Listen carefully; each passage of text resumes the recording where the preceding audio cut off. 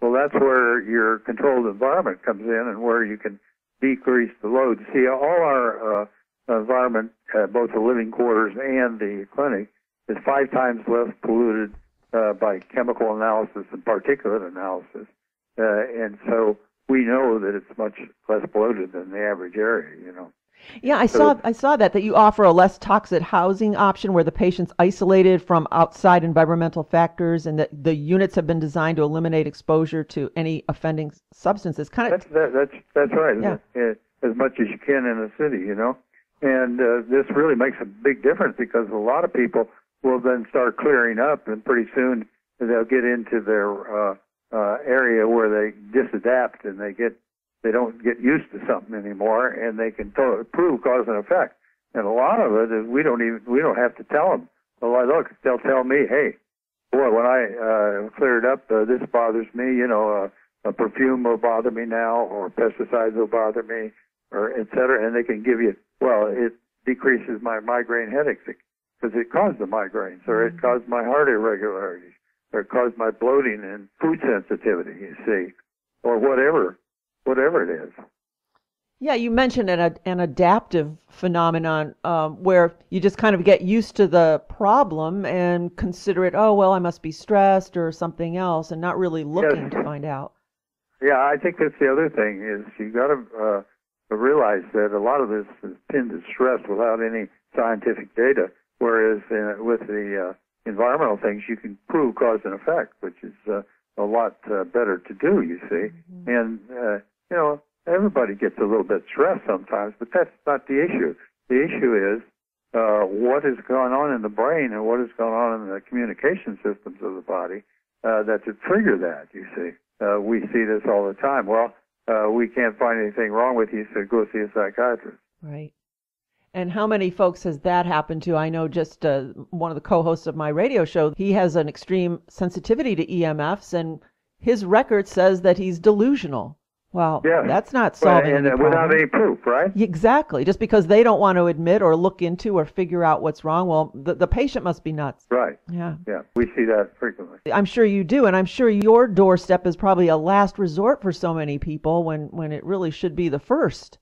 Well, you're exactly right. Unfortunately, it's true. And I draw patients from all over the world, and the same thing happens every place. Mm-hmm. That they've been through all the docs, and some of them get so they can't eat any food. They're super sensitive to food. You know, They lose weight. They really have severe fatigue and weakness because of that, and their nutrition gets screwed up because of that. It's too much demand on the detoxification systems, and therefore it's overutilized, you see, mm-hmm. and therefore you get nutritional deficiency. Right, and once that happens, you can't heal at all. Explain the process then, should a person decide to come to your clinic. How does that work? Well, of course, what we do is usually place them in a controlled environment for a period of time, and as soon as we can start testing them after a good history and physical, we have to do that first, you see. Then we will go ahead and try to prove cause and effect. If they're real food sensitive, of course, we'll give injections for the right doses of foods until they can tolerate foods.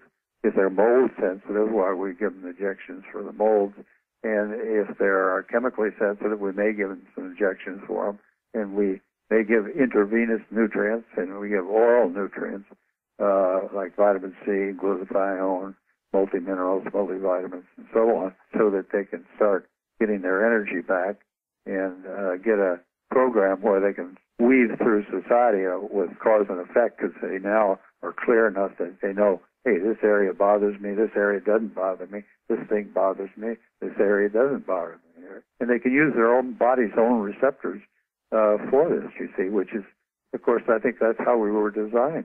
Now, do folks stay in these housing units for a period of time, or can somebody just come in and be evaluated and go home with your guidance as to how can they clean their environment at home? There are 3 groups, of course. The first group never comes into the living environment because they live at home, you see. Mm-hmm. And those are local or semi-local people within a couple of 100 miles. Then there's another group who has to live in the controlled environment for a period of time, usually a week or two, although we've got some people that are there for 6 months to a year, because they're so wounded. So it's a whole spectrum. Most people just come in because they're feeling bad and feeling fatigued and they can't tolerate medication, and we work them out from home. And, of course, one of the problems, as we said, is pesticides and natural gas. And, of course, it's harder to work those people out at home if they've got natural gas or if they have pesticide in their house. The other big problem is the houses. So many of them are getting moldy now that people have to move out of the moldy house, A lot of causes here. Now, you talked about the controlled environment. So even down to the water in the showers is filtered, and the furniture, the floors, the ceiling, everything is as clean as possible. How can someone possibly recreate that at home? Oh, we've had thousands of people do that now. They can get water filters, There are certain ones that are really designed very well for that. They can eat organic food. We like on the drinking water either good glass bottled spring water or some double filtered water or distilled water, you see. And so they can do that at home. And you eat organic food and you got to have a variation of a diet. You don't eat the same thing every day. You have what we call a rotary diet where you eat the same thing only once in 4 days, you see. And then a lot of people have to take up their carpets or a lot of pressboard plywood cabinets. They have to go ahead and foil those with aluminum foil to keep the formaldehyde from coming into the air, and so on.